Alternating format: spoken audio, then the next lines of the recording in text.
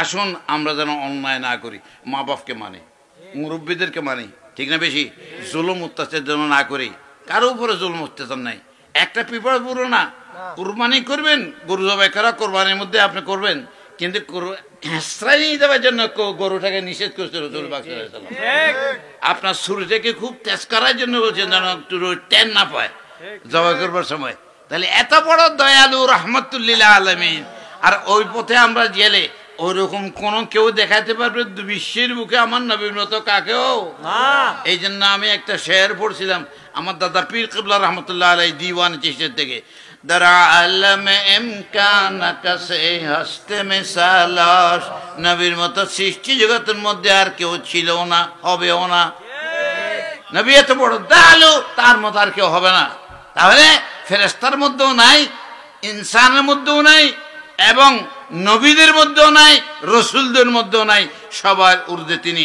দেওবন্দ মাদ্রাসার বড় বড় ওলামারা সিদ্ধান্ত নিয়েছে রসুল পাক সাল্লাল্লাহু আলাইহি ওয়াসাল্লাম সমস্ত রসুলদের ঊর্ধ্বে পড়েন, সুবহানাল্লাহ। এটা হাদিসের সিদ্ধান্ত, তারাও নিয়েছে, সবাই নিয়েছে।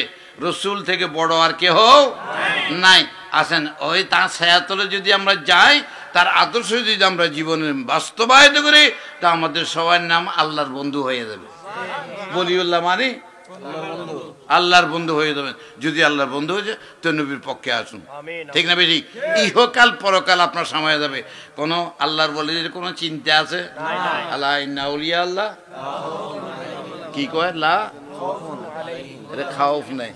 আর এখন খাও বললে বলে বাইরে না, হ্যাঁ এ ঘরের তুমি বাইরে নিয়ত করি কলমা হড়ি বাইরে গেছে, রাস্তা যাই কিনা সন্দেহ আছে, ঠিক না বেশি? আর যেন ক হুজুর এখন কলে বাইরে কি অবস্থা দিয়ে আপনি জানান না, রাতে দৌড়ে দৌড়ে লিজার গো বেগেন, গরু লইজার গই, গায়ে লইজার গই বেগেন, ঠিক না বেশি? হ্যাঁ আল্লাহ কেছে লা খাওফুন, হ্যাঁ আর আমাদের এখানে পুরা খাওফুন হয়ে গেছে গা। এক খৌফ যদি আপনি দূর করতে চান তো নবীকে অনুসরণ করুন, নবীর পক্ষে আসুন।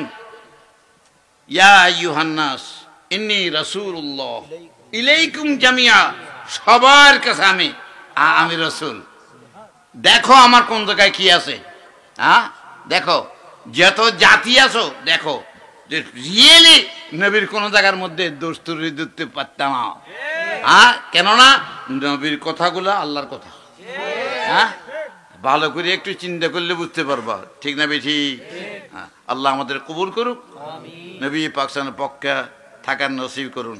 নবীর পক্ষে থাকবেন নি? থাকবেন নি? রাজি আছেন নি?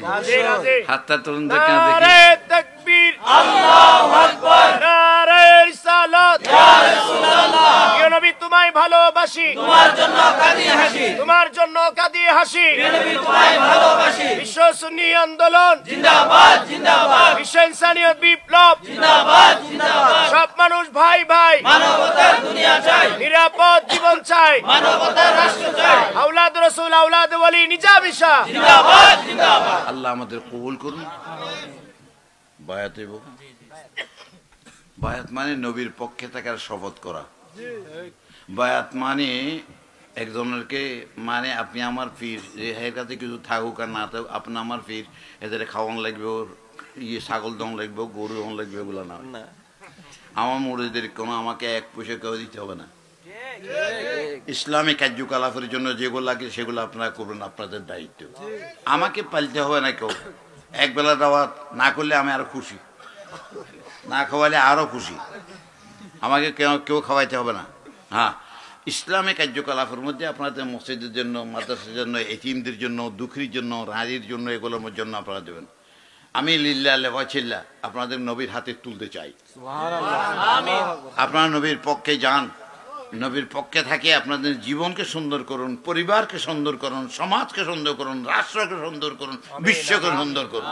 আল্লাহ আপনাদের সবাই কবুল করুক। হাতটা তোলেন এইভাবে, ইয়া আল্লাহ বায়াতু রাসূলুল্লাহ বিওয়াসিতা খুলাফায়ে লা ইলাহা ইল্লাল্লাহু মুহাম্মাদুর রাসূল সুবহানাল্লাহ ওয়ালহামদুলিল্লাহ লা হাওলা ওয়ালা কুওয়াতা ইল্লা বিল্লাহ সাল্লাল্লাহু আলাইহি ওয়াসাল্লাম ইন্নাল্লাযীনা ইউবাইউনাকা ইন্নামা ইউবাইউনাল্লাহ ইয়াদুল্লাহি ফাওকা আইদিহিম ফামান নাকাসা ফাইন্নামা ইয়ানকুসু আলা নাফসিহি ওয়া মান আওফা বিমা আহাদা আলাইহিল্লাহ ফাসাইয়ুতিহি আজরান আযীমা। কোরআনে পাক 26 পারা সূরা ফাতহ 10 নম্বর আয়াত। 10 নম্বর আয়াত অর্থটা আমি আপনাদের সম্মুখে বলেছি, নিশ্চয়ই যারা রাসূলের বায়াত গ্রহণ করবে তারা আল্লাহর বায়াত গ্রহণ করবে। আমিন। নবীর সঙ্গে ওয়াদা, আল্লাহর সঙ্গে ওয়াদা। ইন্নামা ইউবাইউন আল্লাহ, আল্লাহর ওয়াদা। হাতটা খালি তুলছেন, খালি হাত। হ্যাঁ, আমি হাতটা উপরে রাখছি, আল্লাহ কইছি না তোমার পীরের হাত না, আমি আল্লাহর হাত তোমাদের হাতের উপরে। ইয়াদুল্লাহে ইয়াদুল্লাহে কোরআনে পাক 26 পারা সূরা ফাতহ 10 নম্বর আয়াত। তাফসীরটা এখন এটা দেখিয়েন, আল্লাহ আপনার কবুল করুন। যদি আল্লাহর হাত থাকে আমাদের মাথার উপরে, আমাদের হাতের উপরে, আমাদের কোনো অশান্তি হইতে পারে? পরীক্ষা হবে, পরীক্ষা হবে, পরীক্ষার দ্বারাই প্রমোশন হয়, আর বলা মুসিবতের দ্বারাই ধ্বংস হয়। ঠিক না বেটি? আপনার ছেলে ক্লাস 3 পরীক্ষা দিয়ে 4-এ উঠে, কি খুশি, আপনার আনন্দ। সারা জাগ্রত থাকবে বলে কোন লেখাপড়া করার জন্য। ঠিক না বেটি? পরীক্ষার দ্বারা উন্নতি হয়। আল্লাহ বলছেন আমি পরীক্ষা করব। ওয়ালানাবলুওয়ান্নাকুম বিশাইইম মিনাল খাউফি ওয়াল জু'ই ওয়া নাকসিম মিনাল আমওয়ালি ওয়াল আনফুসি ওয়াস সামারাত وبشر الصابرين الذين إذا أصابتهم مصيبة قالوا إنا لله وإنا إليه راجعون أولئك عليهم صلوات من ربهم ورحمة وأولئك هم المهتدون। আল্লাহ রব্বুল আলামিন আহকাম খুব সুন্দর করে আপনাদেরকে ঘোষণা দিয়েছে। আল্লাহর কথা কি মিথ্যে হইতে পারে? হ্যাঁ, আল্লাহ আমাদেরকে আপনাদের কবুল করে, আমাদের দেশ কবুল করে লিখে দিয়েছে। হ্যাঁ, তাহলে এগুলা আমার তারপরে যে একটু মাথায় ব্যথা, তো ডাক্তারের কাছে গেলাম, সবাই নিয়ে গেল ডাক্তারের কাছে। জার্মানি এক মেয়ে ডাক্তার, ডাক্তারের কাছে নিয়ে গেল, আর ডাক্তারে পরীক্ষা করা আরম্ভ করলো।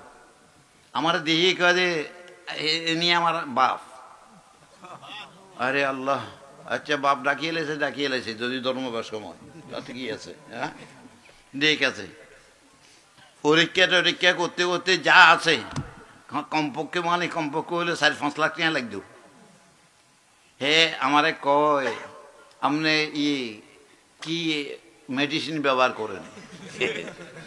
আমি তো মেডিসিন একটা ব্যবহার করি, আমি মুসলমান, আমি নমাজ পড়ি। হ্যাঁ, কয় একমাত্র নমাজের কারণে আপনি ঠিক আছেন। একটি পয়সা নেয় নাই, 4-5 লাখ টাকা খরচ গেছে, একটি পয়সাও নেয় নাই।